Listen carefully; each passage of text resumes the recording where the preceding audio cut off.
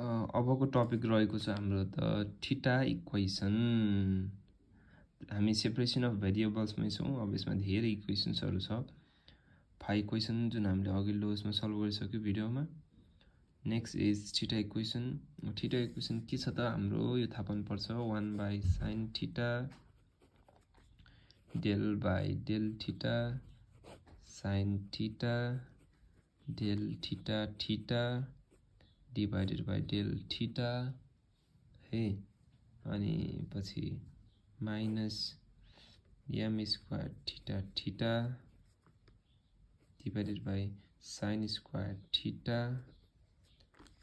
अनि plus beta theta theta equals to 0। This is the theta equation.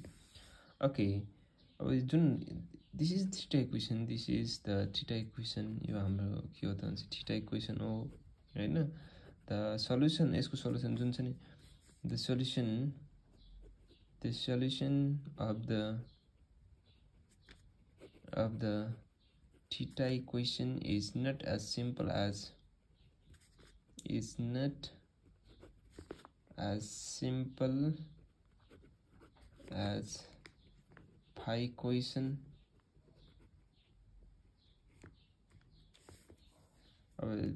So to solve the theta equation solve गर्नको लागि the solution was proposed by Legendre,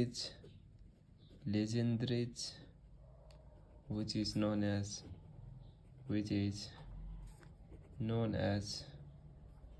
Legendre's equation अथवा solution हैन। This equation have a normalized solution of this equation, and यो equation के छ भने equation have a normalized solution। यसको normalized solution कस्तो फर्ममा छ भने solution in the form of यसको equation है theta l m theta equals to root under 2l plus 1 हैन, l minus यस्तो वाला m है डिवाइडेड बाई l प्लस यस्तो m अगाडि 2 छ, यो पछाडितिर यहाँ के छ के यो यस्तो चिन्हले के भन्छ म ठ्याक्कै याद आएन, प्रोबेबिलिटी फंक्सन भन्छ हैन।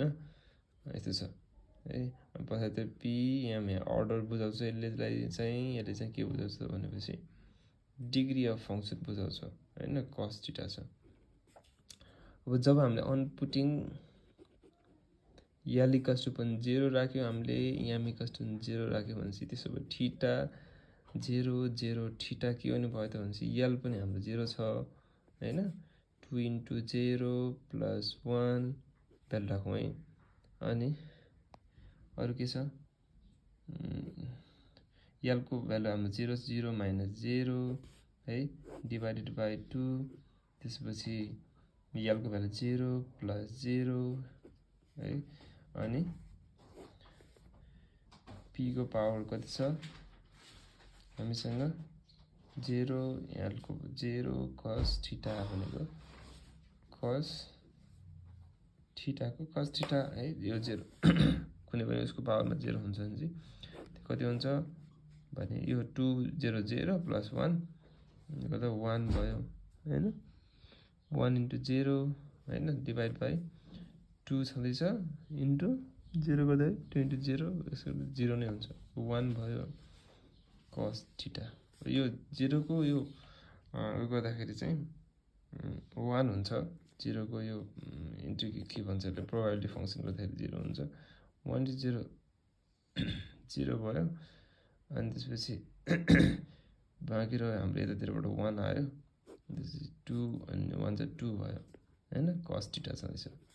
अब यो के हुन्छ 1 को 1 त बाहिर छ नि त हैन, 1 त बाहिर छ, 1/√2 cos थीटा यस्तो चाहिँ हाम्रो भ्यालु आउँछ। अब 1 1 राख्यो भनेपछि अनपुटिङ 1 1 1 0 डिफरेन्ट भ्यालुज आर भ्यालुजहरू हामीले पाउन सक्छौँ नेपालीबाट लेख्दियो भने है। जहाँ वेयर p को पावर यामले के बुझाउँछ भनेपछि इज फङ्सन इज डिग्री हैन यस्तो हुन्छ लेजेन्ड फर इज एसोसिएटेड